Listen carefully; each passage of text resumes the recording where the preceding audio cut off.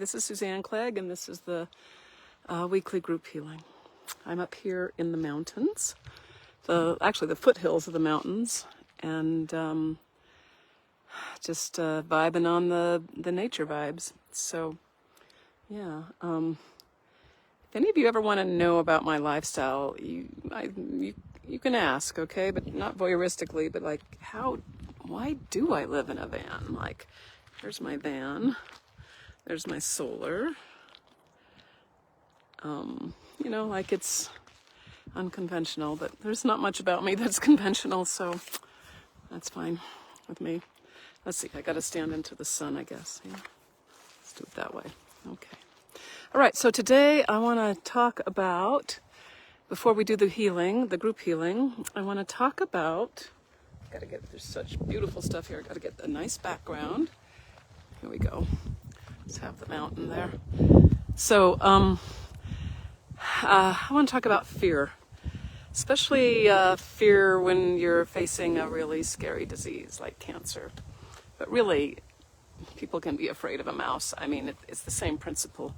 So, I'm afraid of a mouse. I go eek and the whole thing. But anyway,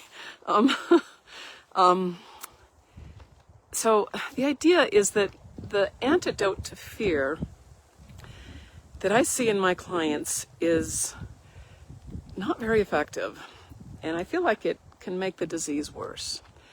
And that is belief and trust. I feel like we cling to belief and trust so that we don't have to feel the fear. And it's very, very understandable because, we all know, quote unquote, know that hope helps your immune system. We all know that, well, I don't know, if you're Christian, you know that, and I have air quotes in know, that you're supposed to believe. And if you're like sort of new agey and like all into the quantum research, you know that what you observe gets created. So why wouldn't you want to believe in a certain future? And I get the failures of that method. So I'm not saying that it doesn't help. But I get the people for whom have taken intensive things with Joe Dispenza and the cancer marches on. And then it stops marching on when they get with me. So, not all of them, some of them it just kept marching on. But there's this clinging on to, I need to do something in order to save my life or save my loved one's life. And I can try this technique called trust. Oh my gosh, there's a cow over there. I don't know if you can see that cow. Anyway, we're being visited. It's actually been wandering around. I think it's lost its mommy. It's so windy. Anyway, so back at the ranch here. Well, I guess I'm standing in the ranch. So the problem, and I've thought a lot about this because I really admire the devotion and the single-mindedness and the will to believe or trust that a cure is possible and that a cure is going to happen. I kind of like that, right? But I can smell a rat.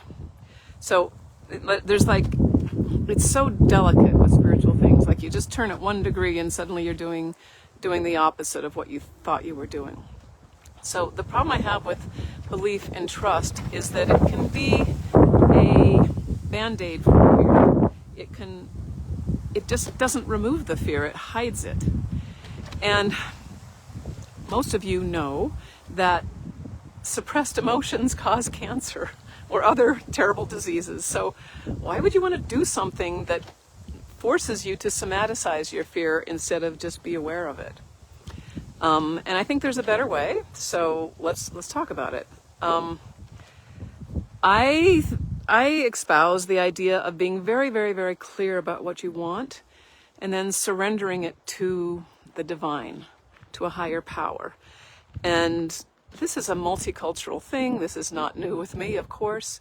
Like with Christianity, I think in the New Testament, Jesus in the Garden of Gethsemane, I think, said, let this cup pass. Like he was kind of like, knew what was coming, and he prayed to his heavenly Father, and he said, let this cup pass, but then he said, thy will be done. And as a result of it, all sorts of good things happened that he cared about, and according to Christianity, the rest of humanity cares a lot about. So even the Christ was very clear that it was an ordeal that was going to be very uncomfortable. And yet he said, thy will be done. And I like that model better than, please make this easy, Father. Please make this easy, Father. Give me the strength so I don't feel pain, Father. Like, those kind of prayers to me are just suppressing the fear. And I don't think they work so well with cancer, because a huge part of cancer is repressed emotions. Not all of it. I don't think repressed emotions cause all cancer, but it's like a good hygiene. You know, it facilitates natural healing if we're not just somaticizing all our negativity. So how do we do this? I suggest observation.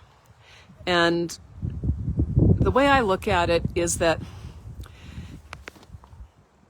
in a dimension that's not time and space, everything is now. Now, now, now, now, now. You could say that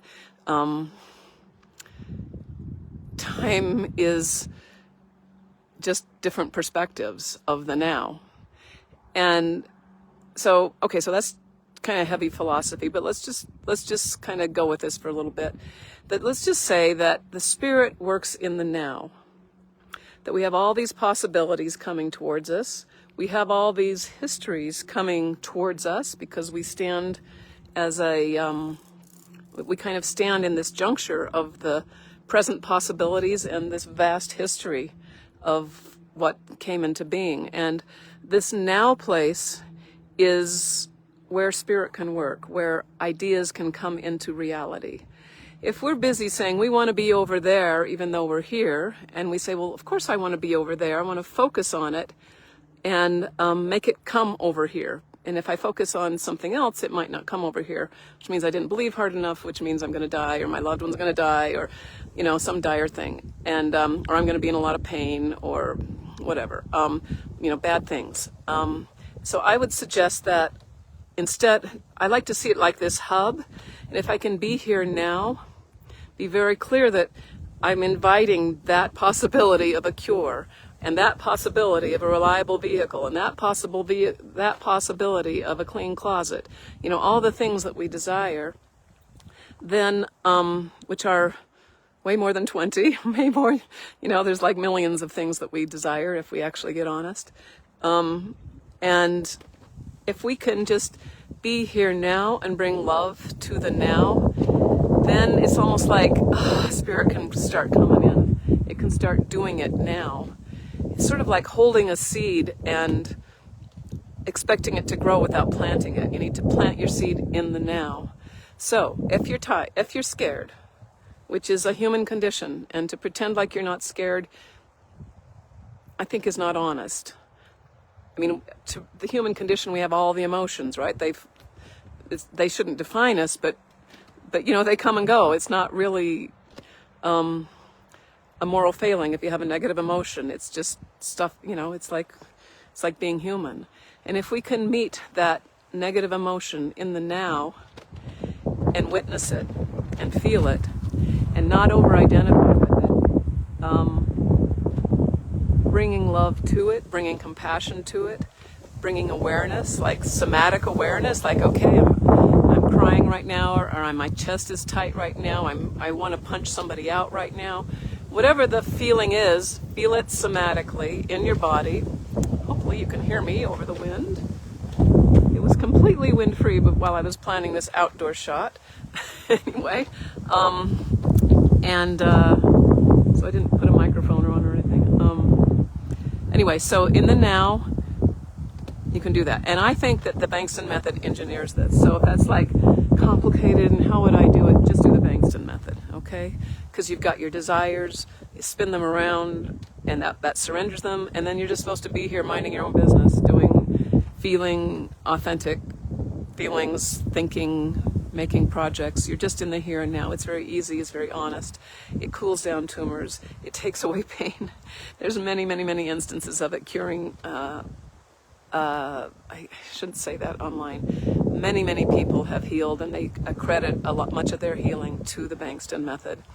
Hasn't been studied in people, but it's been studied rigorously in animals. And I tell you that this is what I learned from Bengston, is how to surrender and still be here. Surrender's not about not caring. It's just saying, that's over there, let me be here now. Okay, that's over there, let me be here now.